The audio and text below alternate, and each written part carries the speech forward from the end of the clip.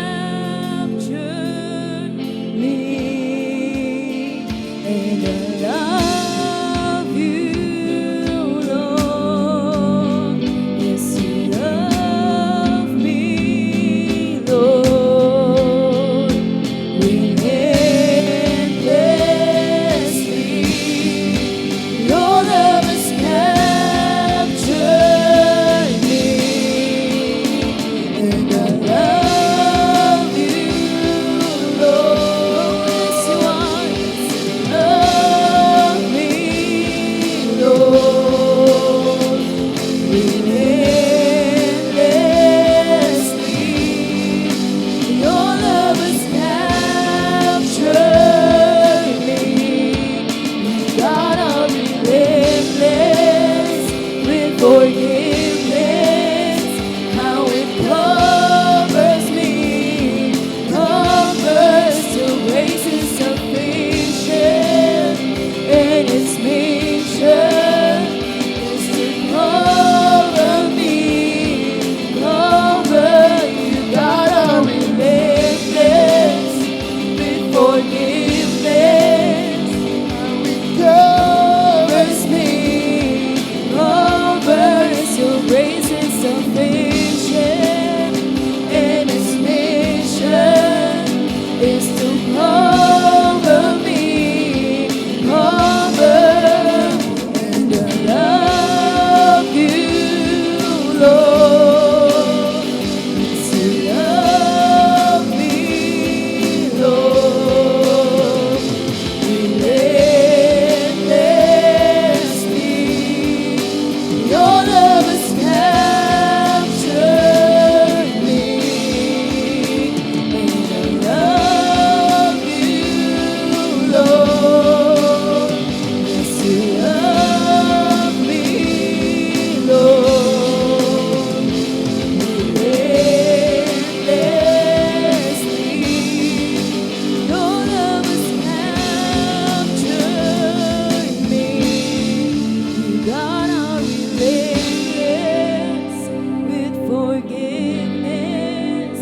How it covers me, covers your grace is sufficient, and its mission is to cover me, cover you. God are relentless with forgiveness. How it covers me, covers your grace is sufficient, and its mission is to cover me, cover you. God are relentless with forgiveness. How it covers me, covers your grace is sufficient, and its mission is to cover me, cover, yeah.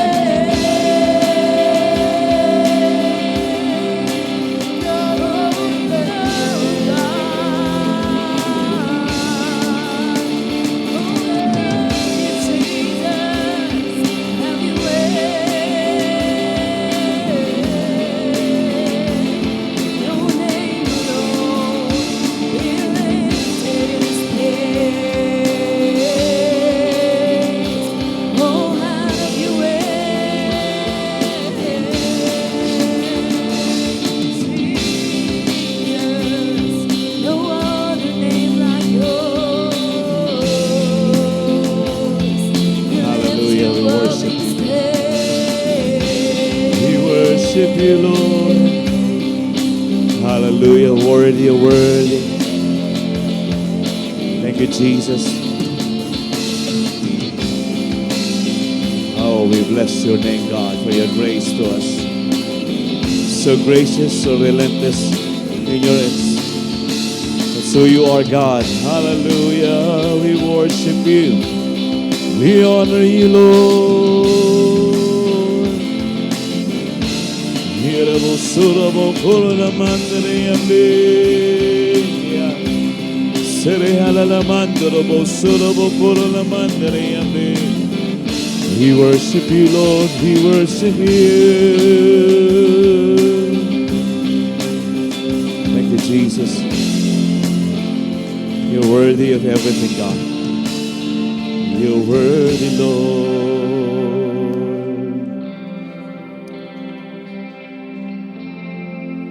We worship you and praise your holy name. Your pursuit in each and every one of us is relentless. You never get tired of always desiring for us to be better. That is why you're pouring out your love and you're pouring out your grace.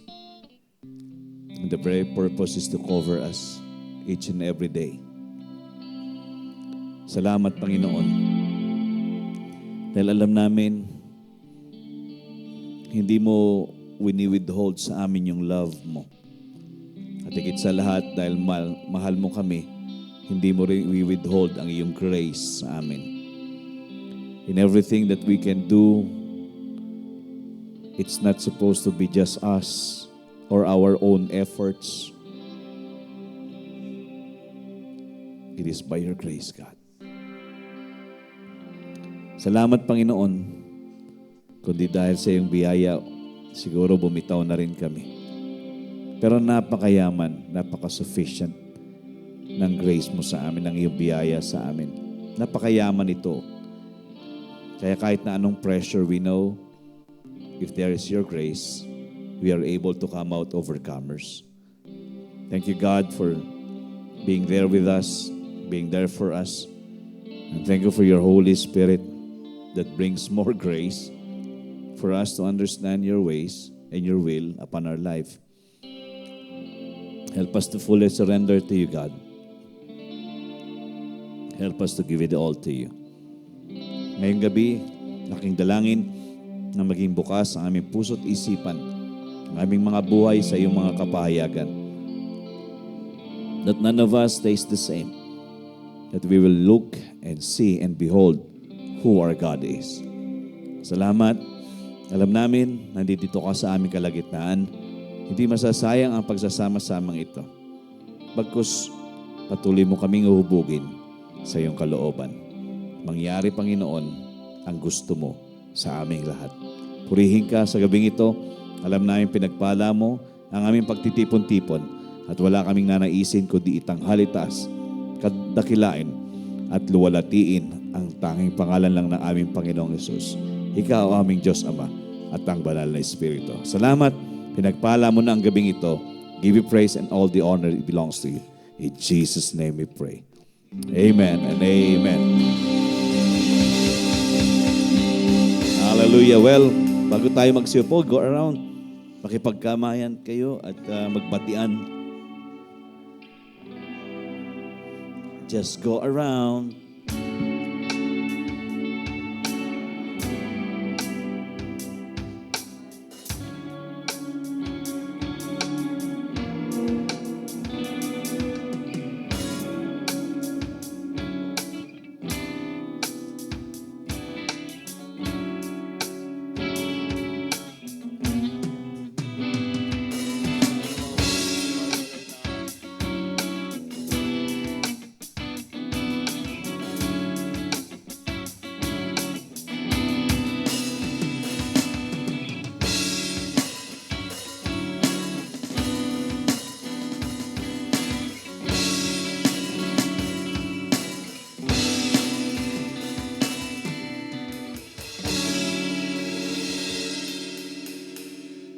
Hallelujah. Well, good evening.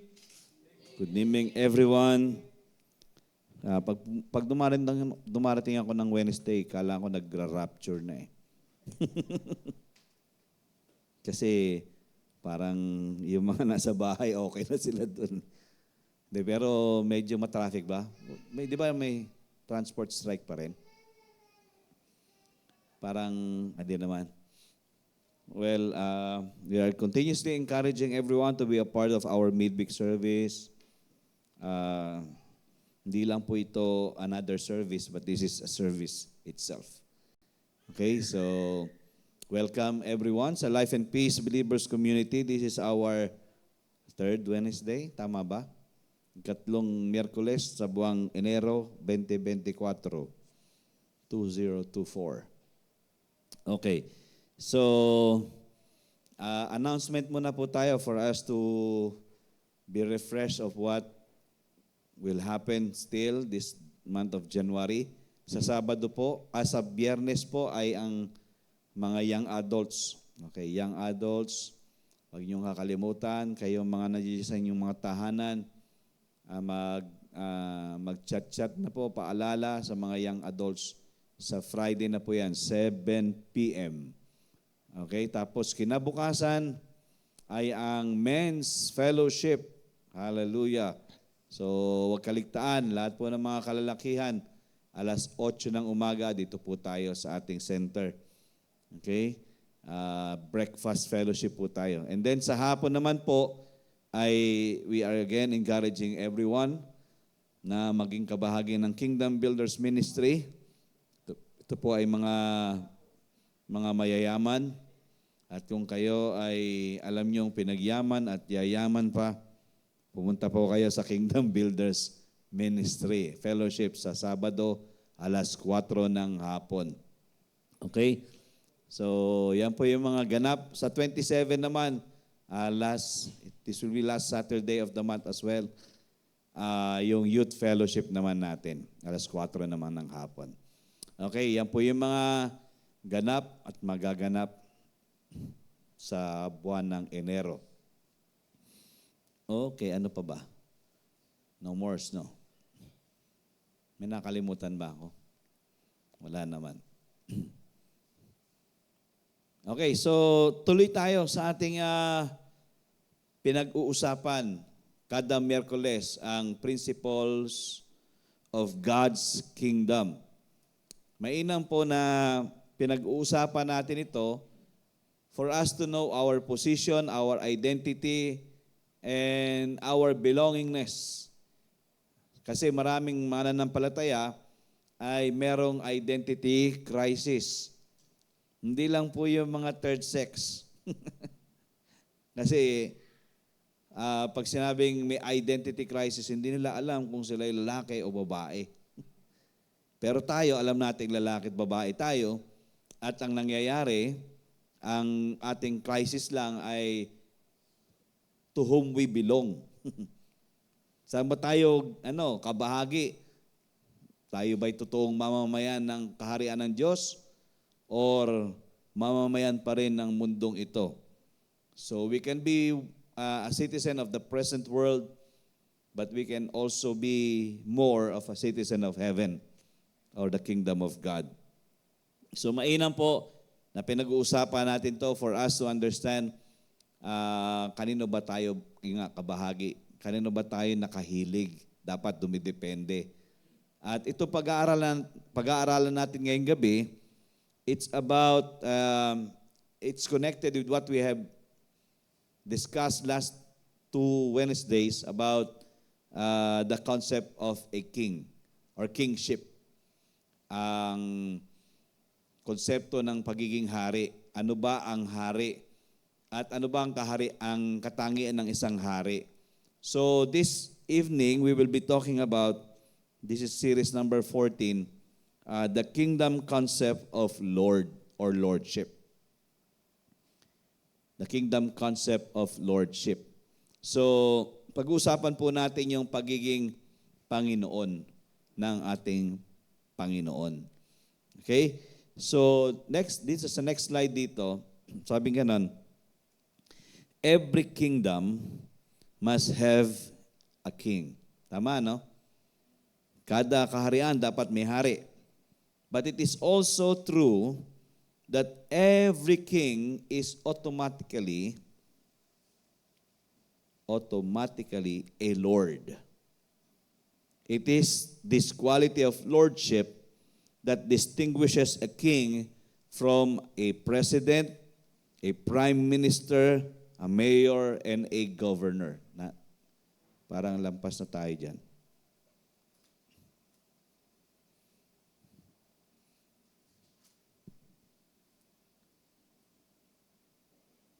Okay? So every kingdom must have a king. And automatically, ang king ay Panginoon din. Mamaya maintindihan natin kung ano ang distinguishing factor or the difference ng king sa Lord. And we know that sabi nga ang lordship is distinguishing factor, a king from a president. Merong pagkakaiba po ang presidente, ang mayor, ang governor, ang prime minister sa hari o sa Panginoon. Okay? Kasi pwedeng ang mga presidente ay hari lang, nag-ahari lang sa bansa, pero hindi sila Lord. Kaya hindi sila master. Talagang master. Okay, so Psalms 47 verses 7 to 9, sabi nga nun, for God is the King of all the earth. Ang Diyos ay ang hari ng lahat sa mundo. Sing praises with understanding. God reigns over the nations. God sits on His holy throne. Wala yung mga unang slide. The princes of the people have gathered together, the people of the God of Abraham. For the shields of the earth belongs to God. He is greatly exalted. Kasi ito, na to parang panglimang na yan, slide na yan. Nawala. Para hindi nila masusundan, hindi nila makokopya kung anong meron. So, ang Diyos daw ay hari ng mundo. Okay? Kaya nararapat lang na magpuri sa Kanya sa kaunawaan na alam natin siya ay hari at hindi lang Diyos sa atin. And pinagdiinan dito sa Psalms 47 verse 7 to 9 that God reigns over the nations. Siya ang nagahari sa lahat ng mga bansa and God sits on His holy throne. Okay? The princes of the people have gathered together, the people of the God of Abraham, nagsasama-sama, for the shields of the earth belong to God. So, nasa pangangalaga, nasa panganganlong ng Diyos ang buong sanlibutan, and He is greatly exalted. Nakuha ng mga USB. Nawawala yung 4 na slide 4 na slides yan Kasi hindi tayo magkakadire-diretso dito kapag wala yun.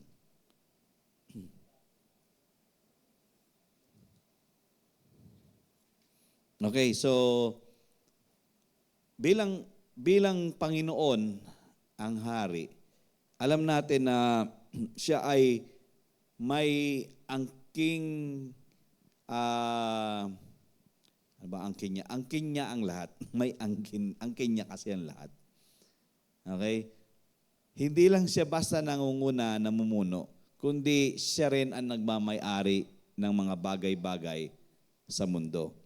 So, ang kaibahan kasi ng presidente, mga mayor, governor, prime minister sa hari o Panginoon, ang mga presidente, hindi nila pagmamay-ari yung sinasakupan nila. Tama?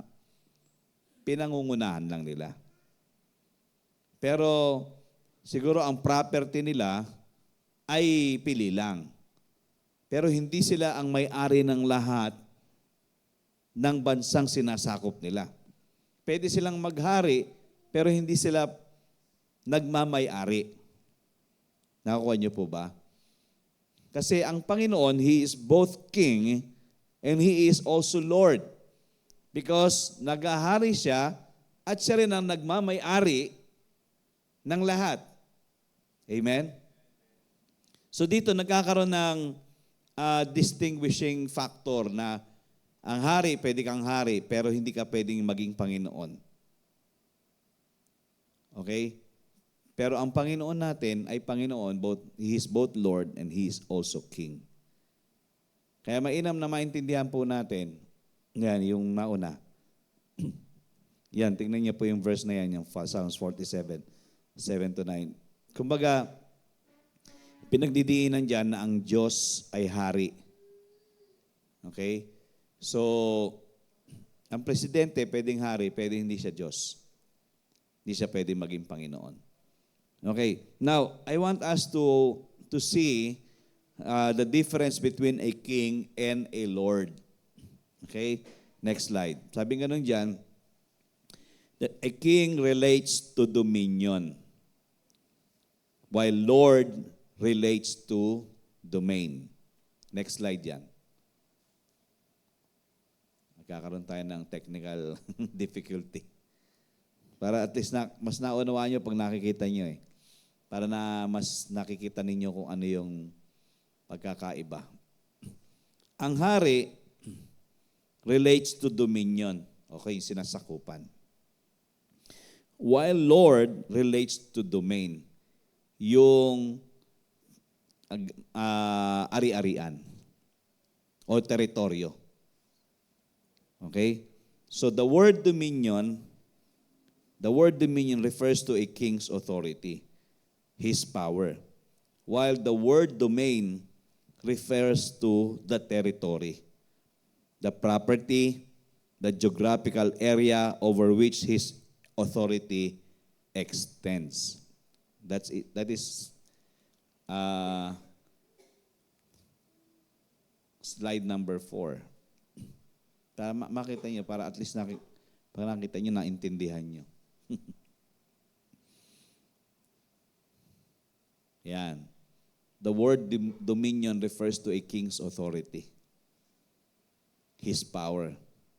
While the word domain refers to the territory, the property, the geographical area over which his authority extends. So dito pa lang, alam natin na they are not in the same boat. He can be one, but he cannot be both. Diba? Sa mga presidente, ganon.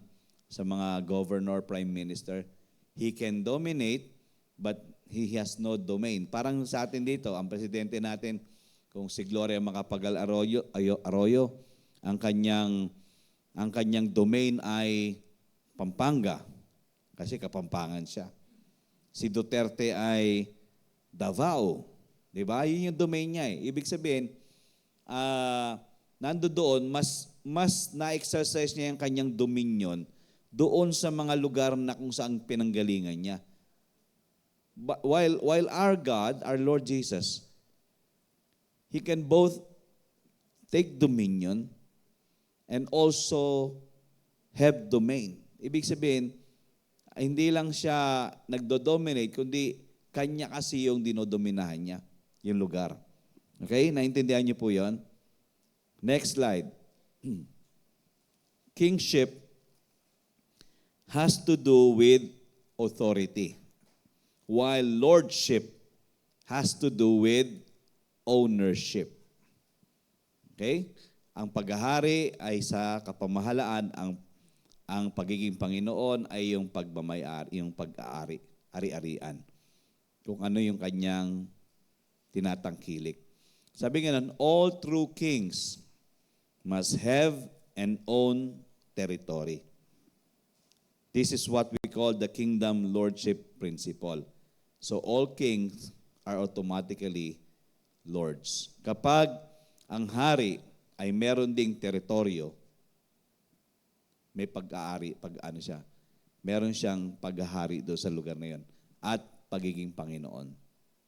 Okay? So, makikita natin dito na itong katangiang ito ay hindi hiwalay sa ating Panginoong Yesus. Tama? Kasi He is both Lord and King. He is both Lord and King. Ito yung dapat naintindihan natin bilang mga mamamayan ng kaharian ng Panginoon. Hindi lang siya naghahari, kundi sa Kanya rin yung pinaghaharian niya. Kaya ang nagiging problema sa mga mananampalataya is that nagiging limitado ang ating Panginoon na maghari sa atin kasi hindi natin parang ang tingin natin hindi niya kayang ibigay sa atin kung anong meron sa Kanya. Kung siya ang may-ari nito, ibig sabihin, kaya niya itong ibigay sa atin. Tama ba? Kaya, minsan ang pananampalataya ay mababa or talagang lesser. It is because we only know God as Lord and not really a king to us. He can be king and not Lord to us. He can be Lord, not king to us. One in different Pwede siyang maghari pero hindi siya nagiging Panginoon natin. Pwede siyang Panginoon natin pero hindi siya naghahari sa atin. So, ang gusto lang tangkilikin natin yung kung anong meron sa Kanya pero hindi talaga siya ang hari natin. So, He is both Lord and He is also king. Next slide.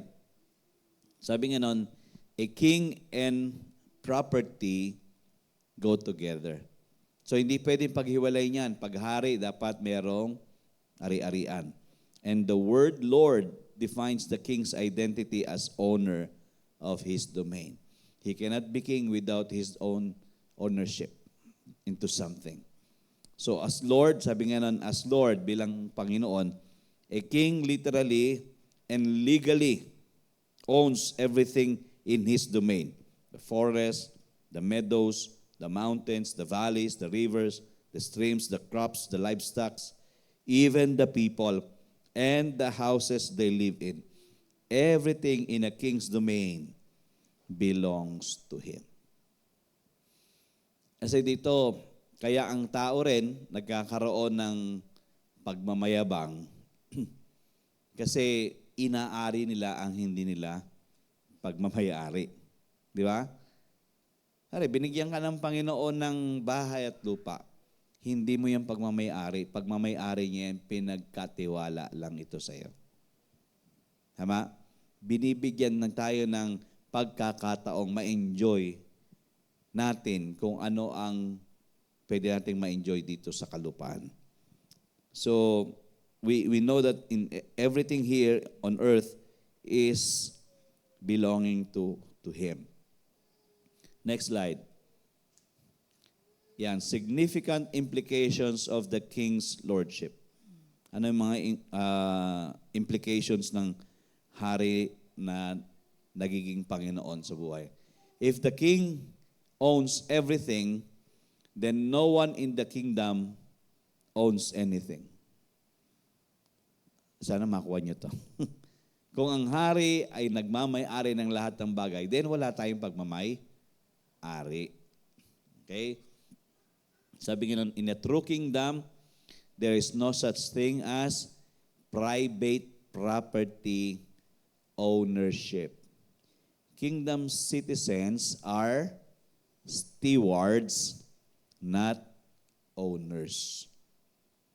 Okay? So, ibig sabihin, lahat po ng meron sa atin ay galing talaga sa Kanya. Ito'y sa Kanyang pleasure, kaya ibinibigay niya ito sa atin.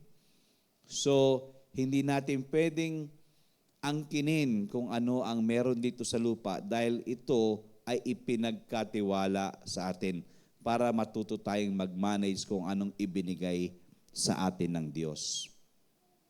So, alam natin, wala tayong pagmamayari, siya ang may-ari ng lahat.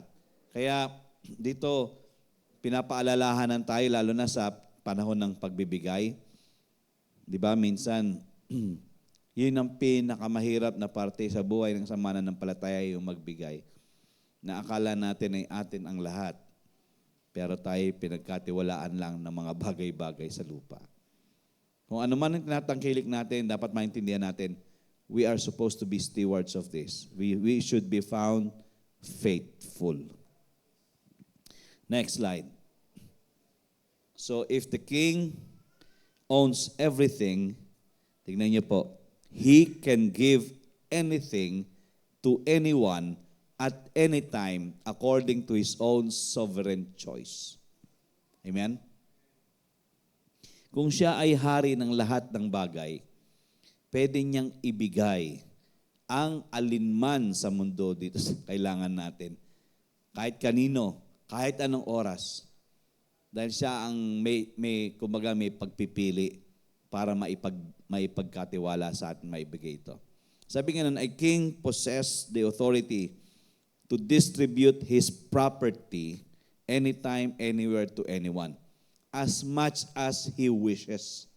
But he also can switch his property from one person to another.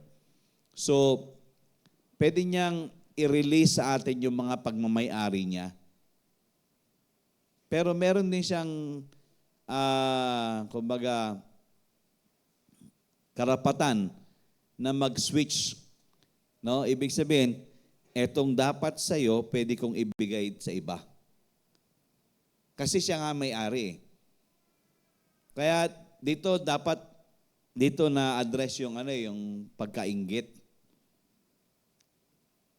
Kasi kung rightful ka naman na bigyan, pagkatiwalaan ng bagay na yan, bakit hindi ibibigay sa iyo? Pero kung hindi ka karapat dapat bigyan yan, ibibigay sa iba yan. Tama? So meron siyang say sa mga bagay-bagay dito sa mundo na gusto niyang iparana sa kanyang mga anak. Kaya ang hari, kapag siya ay naghahari at nagmamay-ari ng lahat ng bagay, pwede niya ipamigay yan. At pwede niyang bali-balik rin kung kanino niya pwedeng ibigay yan. So, di ba tayo nagtataka? Iba-iba tayo. Hindi lahat magkakamuka. Ano kaya ang itsura natin kung pare-parehas tayo itsura? Walang diversity. Puro everybody is similar. Kung meron siyang lupain, may lupain ka rin. Doon pumapasok yung challenge na pag nagtiwala ka sa Kanya, lalo Kanyang pagbibigyan ng mga kailangan mo. Di ba? So, yun lang, dapat kilalanin natin, siya ang may-ari ng lahat eh. Kung siya ang may-ari ng lahat, bakit niya i-withhold ang best para sa iyo, para sa akin? Pero ang tanong, Panginoon ba siya? Hari ba talaga siya? Kasi kung talagang ganun ang sistema ng ating ginagalawan sa mundo, hindi siya magkakait, hindi siya magdadamot. Amen? Next slide. Because every king is automatically a Lord, the King of all is also the Lord of all. He owns everything because He made everything. Ito lang, itong passage na ito, tingnan niyo po. Kung siya ay hari ng lahat, siya ang Panginoon ng lahat. Kasi, pagmamayari niya ang lahat, kasi ginawa niya to lahat. Minsan kasi, kaya nga, di ba, ang Biblia, tawag dito, pinapasearch yung mga puso natin, baka ang glory ay kinaagaw natin sa Kanya. No, pag ang isang bagay ay na-create, kasi we are all, tawag dito, we have this capacity, ability to recreate, kasi our Creator creates eh. So we can also create. So pag nakapag-create ang tao, it's not because of he is that so smart, he's that so able and skilled. It is because God has put everything in that person so he can recreate. And yun nga ang ano doon hindi na ibabalik yung tawag dito, yung due honor to the one who has given everything. And in the kingdom of God, give honor to whom honor is due. And that is our King and our Lord. So we need to understand, if He is King of all, He is Lord of all. Okay? Next slide. Tingnan po natin itong mga terms para at least in the Old Testament and in the New Testament. So, ang Hebrew words used to refer God or Lord in the Old Testament is Adonai. Okay? Which literally means proprietor or owner. Okay? Adonai. So the Hebrews. Now, sa Greek naman, ang Lord ay kurios. Kurios, it is applied to Jesus and it is repeatedly spoken to Him. Yung kurios signifies having power. It also means one who possesses ultimate authority or he is master. Okay? So in the olden times and in the new, iisang patungkol nito, ang Panginoon natin ay Panginoon. At the same time, He is King to us. Next slide. Ano ba sunod dyan? So, in Psalms 24:7-10, sabi ganon, lift up your heads, O you gates, and be lifted up, you everlasting doors, and the King of glory shall come in. The Lord, who is this King of glory? The Lord strong and mighty, the Lord mighty in battle. Verse 10, verse 9 sa next slide. Lift up your heads, O you gates. Parehas lang ba yan? Parang parehas lang to. Hindi. Iba pala. Inulit lang yun, pero yung last yung maiba. Lift up your heads, O you gates. Lift up, you everlasting doors. And the King of glory shall come in. And then it says here, who is this King of glory? The Lord of hosts. He is the King of glory. So, we need to understand the King of glory is the Lord. The King is the Lord. Hindi siya pwedeng paghiwalayin. Siya ang hari at siya dapat ang nagmamay-ari. Psalms 24 verses 1 to 2. The earth is the Lord's and all its fullness. The world and those who dwell therein. So kanina pinag-uusapan natin na hindi lang yung mga valleys, mountains, rivers, lahat, kundi pati yung mga naninirahan at yung tirahan. He has founded it upon the seas and established it upon the waters. So the earth is the Lord's. So the ownership is the Lord's. Okay? So kapag ang Panginoon ay nasa buhay natin, ibig sabihin, we know we are on the side of the one who owns everything. Amen?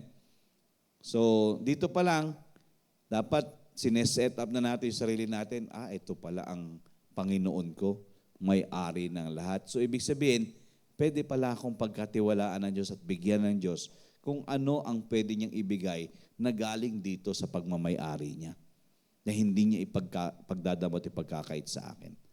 So we need to understand na ang hari at ang Panginoon ay dapat magkakabit sa buhay po natin. Hebrews 1 verses 2 to 3. Has in these last days spoken to us by His Son, whom He has appointed heir of all things, through whom also He made the worlds, who being in the brightness of His glory and the express image of His person, and upholding all things by the word of His power, when He had Himself by Himself purged our sins, sat down at the right hand of the Majesty on high. In these verses, it is just reminding us that His Son, Jesus our Lord, is the heir of all things, and by Him, all things were made in this world. Okay? So, dapat, kumbaga, kumbinsido tayo na siya ang lahat-lahat sa mundong ito. Next slide. Ito, I think this is the last one. Kasi, itong mga talatang ito, gusto kong mabuksan natin. Gusto kong makita natin, these are examples of the lordship of our King Jesus. This is a story when Jesus needs the colt. Diba? Merong inutusan ng disipulo si Jesus with regards to getting the colt. Basahin ko yung Mark 11 verses 1 to 6. Sabi nga nandito, now, when they drew near Jerusalem to Bethphage and Bethany at the Mount of Olives, He sent two of His disciples. And He said to them, go into the village opposite you, and as soon as you have entered it, you will find a colt tied, on which no one has sat. Loose it and bring it. And if anyone says to you, why are you doing this? Say, the Lord has need of it, and immediately he will send it here. Okay? So they went their way and found the colt tied by the door outside on the street, and they loosed it. But some of those who stood there said to them, "What are you doing, loosing the colt?" And they spoke to them just as Jesus had commanded, so they let them go. Tingnan nyo, ang colt po dito, during this time ni Jesus, ay katumbas ng Mercedes-Benz po natin. Kung di siya ang nagmamay-ari nito, bakit to hayaan na nadalin ng mga disipulo? Isipin nyo na lang, kung hindi ang hari ay Panginoon, kumbaga, kung hindi siya ang may-ari ng lahat, siguro magre-resist at hahatakin itong colt na ito doon sa kumukuhang disipulo. Tama? Pero ano sabi ng Panginoon sa kanila? Pumunta ka dito, may makikita kang colt na katumbas ng tsedeng ngayon. Sabihin mo, pag kinuha nyo, sabihin nyo, kailangan ng Panginoon. So yun lang sasabihin nyo at paalisin na kayo. Which is, kung titignan natin dito kung paano yung authority ng hari ay nagamit doon sa kanyang pagmamay-ari. Sa atin kaya sa panahong ito, paano kaya tayo humihingi sa Panginoon? Na ang sa tingin natin ay baka naman hindi kaya ni Lord. Kung kaya, ang dami na. Sabi ko nga, pag nakakita ko minsan yung, nakakapanood ba kayo nagdo-drone na pinapakita sa isang parkingan yung napakaraming mga sasakyan na nandoon lang sa car park nila na hindi pa nabibili. Sabi ko, siguro kaya gawa ng gawa ito, wala pang kumukuhang humihingi sa mga anak niya. Hindi pa rin naintindihan na pwedeng ibigay ni Lord sa kanila ito. Daming, bakit reproduce lang na reproduce? Bakit ang taas ng presyo? Kung iisipin mo, hindi mo kakayanin pag hindi mo talaga iisipin na ang Panginoon ang may-ari nito. We just need to learn how to trust God that He can give it to us anytime, anywhere, at anyone. It's all for our taking. Kaya hindi ito yung, kumbaga, wishful thinking. Hindi po ito wishful thinking. It is just acknowledging that our God is King and Lord as well. Kasi marami sa atin na yung doubts kasi hindi naman talaga naalis sa atin no? Pero maganda nag-aalinlangan tayo para magtiwala tayo lalo sa Kanya. Dahil kapag hindi tayo nagtiwala, hindi natin ma-address yung mga alinlangan natin. Ay, may sakit tayo. Parang hindi kaya, para sa tingin natin, hindi na siguro ko gagaling. No, sa tingin lang natin. Pero how many of us can we be the one that is counted to have a testimony of the recreated power of God? That what has been missing in us can be reproduced and recreated once more. Di ba merong ang kwento? I don't know if you're familiar with the story, sa langit daw may isang pinto na maraming body parts, na maraming mga, tawag dito, maraming mga missing organs, o mga organs. Nung tinanong, bakit ang daming ganyan? Yan ay hindi pa nakiklaim. Baka hindi pa nahihingi Hindi totoo yun, di ba? Alam naman natin, there is always a ready supply si Lord Kasi siya may-ari ng lahat Kahit yung katawan natin, kaya niyang i-recreate yan Kung nagsasakit-sakitan yan.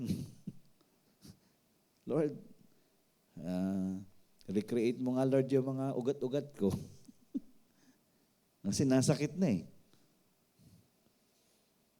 Well, alam naman natin, nothing is impossible with our God. Amen? So if He is King and Lord of all, then He can bring it to us. He is able to bring it to us. Another one, Philippians 2.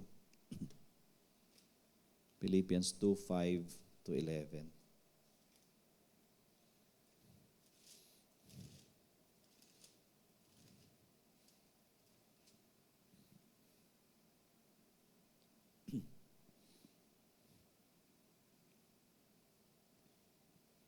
Sabi nga nun, let this mind be in you, which was also in Christ Jesus, who, being in the form of God, did not consider it robbery to be equal with God, but made himself of no reputation, taking the form of a bondservant and coming in the likeness of men. So, tingnan niyo yung humility ng Panginoon. No, na bumaba siya na maging katulad natin. And being found in appearance as a man, he humbled himself and became obedient to the point of death, even the death of the cross. And therefore, maganda rito, God also has highly exalted him and given him the name which is above every name, that at the name of Jesus, every knee should bow, of those in heaven and of those on earth and of those under the earth, and that every tongue should confess that Jesus Christ is Lord, to the glory of God the Father. Alam niyo, pag binasa niyo pa ulit-ulit ito, understand yung kanyang posisyon na pinakita niya kung sino siya bilang tao at kung paano siya, kumbaga, prinomote ng Abba Father. Kung paano ma-enjoy niya ang kapamahalaan at pagiging Panginoon ng lahat. Na kada banggit ng kanyang pangalan, may kapangyarihan. Dito lang, kapag alam natin,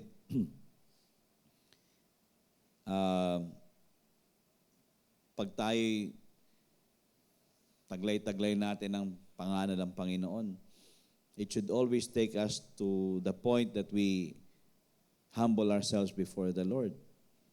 So, He is able to exalt us, bring us higher. Kaya mga kapatid, ang Panginoon na, sabi nga nun, He is either Lord of all and He is also either not Lord at all. He can be Lord of all, He can be not Lord of at all. Tama, no? Pwede siyang Panginoon sa atin, sa buhay natin. Pwedeng hindi siya maging Panginoon. Kasi kung sad-sad ang buhay natin, hindi natin pinapakita na Panginoon talaga siya sa atin. Bilang mga mamamayan ng kaharian ng Panginoon, kapag ang pamumuhay natin ay wala naman sigurong barely getting by, yung para bang salamat sa Panginoon, nakakain ako ng isang beses, isang araw. Pero yun, super meal yun. Ibig sabihin, walang mananampalataya, walang anak ng Panginoon, walang mamamayan ng Diyos ang sasadsad sa buhay. Amen? Kapag siya'y hari at Panginoon ng buhay natin, alam natin ang ating kalagayan mas iinam. Kasi ang tingin ng Panginoon natin, tutulungan ko ito. Aayusin ko ito. Pagagandahin ko ang buhay na ito. Kaya nga, sa atin, alam natin na walang inisip na masama ang Diyos para sa atin. Kung may masama man, demonyo yan. At hanggat maaari, kapag siya ay nagahari at Panginoon, ibig sabihin, pwede niyang sawatain ang gawa ng ating mga kaaway. Kaya safe talaga tayo pag ang hari ay Panginoon din sa atin. Alam natin, walang paghihirap sa kanyang mga mamamayan. Amen? So I encourage you, church, to establish our hearts before the Lord and Him as King to us. Kasi kapag hindi tayo kumbinsido na hari siya at Panginoon, ang buhay po natin ay hindi ugapay ba yan? Magkanda agapay? Ugapay. Ano ba? Ugapay? Agapay? Agapay yung ano natin eh. Vice Governor natin. Vice Governor ng Laguna. Basta alam natin ang karapatan natin bilang mga anak ng Diyos. Amen? Anak ng Hari, anak ng Panginoon. Okay? Tayo po tayong lahat. Thank you, Lord.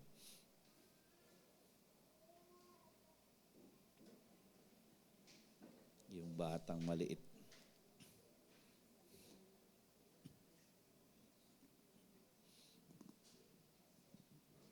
Yan. Ways to give. Yan. May savings account, may dollar account, at may GCash.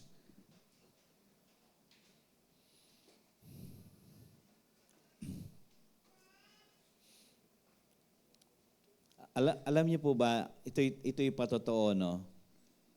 Somehow, kapag alam natin yung posisyon natin bilang mga mamamayan ng Panginoon at hari natin, may lakas tayong ng loob to just keep on sharing and giving. Kasi, di ba, ano tayo eh, doers tayo ng word. It is more blessed to give than to receive. So, hindi ka magyayabang, pero you know, you will always be the one that is pioneering giving. Usap kami ni Salen kanina, sabi ko ganun. Sabi niya kanina, grabe naman, pastor. Ang hirap, ano sabi mo? Para bang halatang-halata mo na hirap bumunot sa contribution, sa sharing. Kami hindi pa namin kumbaga sa tawag dito, hindi pa tayo toka, no? Wala pa sa atin eh. Hindi pa sa atin. Pero, pinipigilan nila kami. Sabi, huwag niyo kami pigilan kasi dito yung mas pagpapalain kami. So, kahit nagsisharing sila para sa kanila, kasama pa rin kami doon nagsishare. Hindi porket hiwalay kami sa gagawin nila, hindi na kami bahagi doon. Hanggat may oportunidad na magbigay, kilala kasi namin ang hari namin at Panginoon na magbibigay naman palagi para sa amin. So, yun, nabibuild yung confidence. And you know, we can always ask God, grant our heart's desire. Hindi ako nangangarap ng e-bike lang, Lord. Alam ko magkakaroon ako ng e-bike para malapitan. Pero nangangarap ako ng magagandang sasakyan. Hindi naman yung 4x4 equal 16. Pwede na sa atin 7-seater. No? But there's always a desire. Because we have been driving the L300 for almost 10 years now. Laki na rin ang pakinabang niya. But in my heart, Lord, I know it's about time for me na magkaroon din ng ganito. And I know you can give it to me. I don't need to ask for somebody to give it to me, but you will. You will. Alam mo po, pumasok ang taong ito, marami akong inisip na parang imposibleng mangyari sa akin at sa amin. Pero alam ko kasi ang Panginoon hindi siya madamot. Siya ang may-ari ng lahat. Kaya niyang ibigay ito sa akin pagkailangan ko. Amen? Kayo rin, ganon. Huwag niyong limitahan ang hari at Panginoon natin. Kaya niyang ibigay yan. So, Isipin nyo palagi, mamamayan ako ng kalangitan, hindi ako maghihirap sa buhay na ito kung yung best na nakalaan sa akin, ibibigay ito ng Diyos ko. Amen?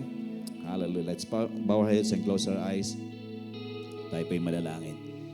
Dakilang Diyos, maraming salamat po sa kapahayagan ng iyong mga salita for us to understand you're not just our King, but you are our Lord.